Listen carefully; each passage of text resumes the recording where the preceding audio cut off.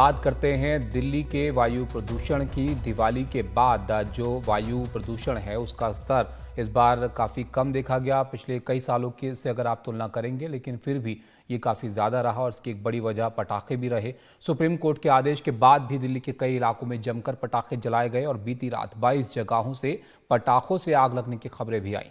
हालांकि बीते सालों के मुकाबले आतिशबाजी यहाँ पर कम बताई जा रही है। कम आतिशबाजी का असर दिल्ली की आबो हवा पर भी दिखा।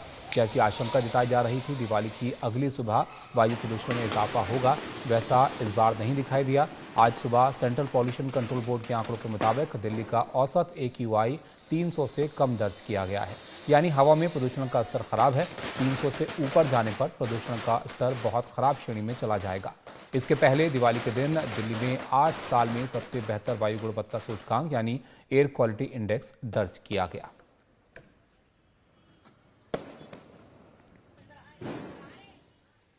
तो यहाँ पर दिल्ली में जो पटाखे हैं पिछले साल की तुलना अगर आप करें बीते सालों की, तो उससे थोड़े कम हुए, लेकिन फिर भी यहाँ पर पटाखे जो है वो फोड़े गए और जो प्रदूषण है उसका स्तर भी अगर आप देखेंगे तो कम ज़रूर है बीते सालों के मुकाबले, लेकिन अब भी यहाँ पर ख़राब श्रेणी में ही है। TR कक्कर साहब हमारे साथ जुड़ गए हैं, पूर्व पुलिस कमिश्नर हैं दिल्ली के, उनसे समझते हैं इसको। कक्कर साहब, सुप्रीम कोर्ट के आदेश के बावजूद पटाखे दिल्ली में चले, कौन इसके लिए जिम्मेदार है? देखिए, अगर Supreme Court, with due respect to the Supreme Court जजेस, अगर वो समझते हैं कि इस तरह का फरमान देने के बाद दिल्ली पुलिस ही एक ऐसी एजेंसी होगी जो इस तरह का कंट्रोल करेगी, ये बिल्कुल ये असंभव है। ये जो पटाखे आप पढ़ते होंगे अखबार में, पिछले 5-6 दिन में 2000 केजी जब्त कर लिए, 3000 केजी यहाँ से जब्त कर लिए। दिल्ली में टनों में पटाखे, ये जो दिवाली के लिए पटाखे आते हैं, कई टनों में आते हैं, maybe 1000 ton, maybe more than that. तो अब उसमें केवल कुछ को पकड़ लेना नहीं, ये तो सोर्स पे हैंडल करना पड़ेगा। सोर्स इसकी साउथ है, सदर्न इंडिया है, वहाँ से पटाखे आते हैं। एक बार आ गए तो किसी न किसी तरह दुकानदार जिसने इतना इन्वेस्ट किया है वो घरों तक पहुँचाएगा। ये जो समस्या आ रही है ये पिछले 10-15 साल से आ रही है, बिकॉज सारी समस्या केवल पटाखों की नहीं है, इसके अतिरिक्त और भी चीज़ें हैं जिनसे कि ये प्रदूषण फैल रहा है। अब मुझे समझ नहीं आती कि हर चीज़ अगर सुप्रीम कोर्ट ही करेंगी तो बाकी जो विभाग बैठे हैं, जो पूरा दिल्ली प्रशासन है, एक प्रदूषण विभाग है, वो क्या कर रहे हैं? क्या इससे पहले दिल्ली के मुख्यमंत्री ने, पटाखों का नहीं है, यहाँ प्रदूषण को कैसे कम किया जाए इस पर कई स्तर पे चर्चा जो है हो चुकी है। कई सारे इसकी जो वजहें हैं उन पर रोक लगाने की कोशिश की जा रही है, क्योंकि दिल्ली की हवा पहले ही खराब है, तो इसलिए और ज्यादा पटाखे फोड़ना या धुआं करना ये नुकसानदेह हो सकता है। लेकिन अगर पाबंदी है, ये आप बताइए, अगर पाबंदी है तो फिर दिल्ली में पटाखे आ कैसे रहे? पाबंदी है तो कौन रोकेगा उसको? पाबंदी आपने कागज पर लगा दी है, कौन रोकेगा? एक जो विभाग है, कंसर्न्ड विभाग है, इसका सबसे बड़ी जिम्मेवारी उसी की है।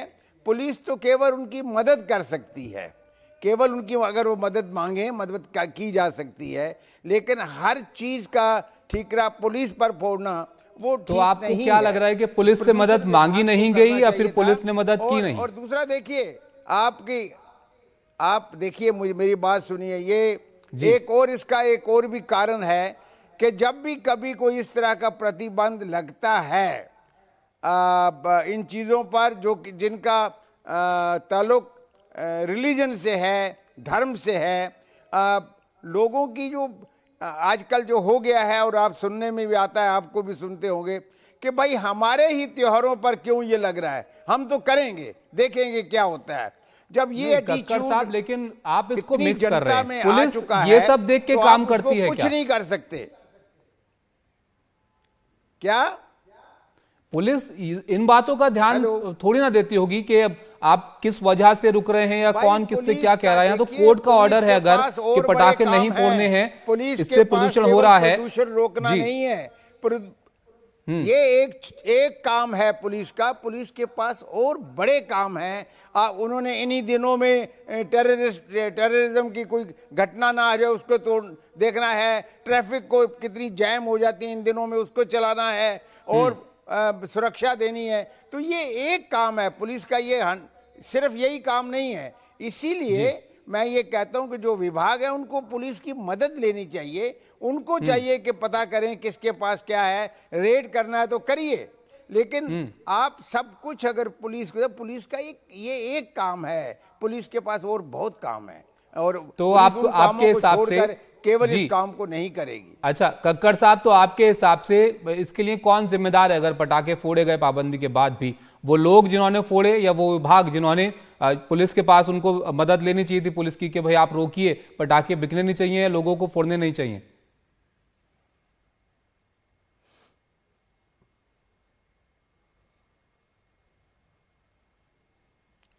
कक्कड़ साहब अगर आप सुन पा रहे हैं जी।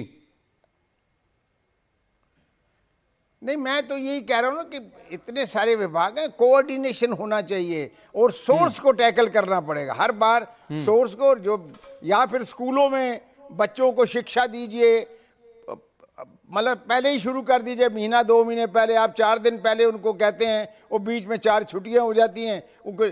बच्चों को, ये बच्चे जब तक हमारे जो इसमें शिक्षित नहीं होंगे कि ये प्रदूषण फैलाएंगे, हमें नुकसान होगा, वो थोड़ा सा कठिन हो जाएगा। माँ बाप के लिए बड़ा कठिन हो जाता है जब बच्चा मांगता है इस तरह की चीज़ें।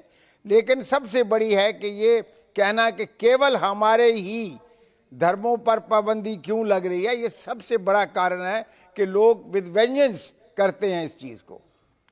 आप रियलाइज करिए, रियलाइजेशन पर पहुंचिए क्यों हो रहा है ये। चलिए, शुक्रिया आपका टीआर कक्कड़ साहब हमारे साथ जुड़ने के लिए, पूर्व पुलिस कमिश्नर दिल्ली, जो बात कर रहे थे इस बारे में। तो देखिए, सुप्रीम कोर्ट का आदेश था कि दिल्ली में कई जगह पर उसके बाद भी जो पटाखे हैं वो जलाए गए।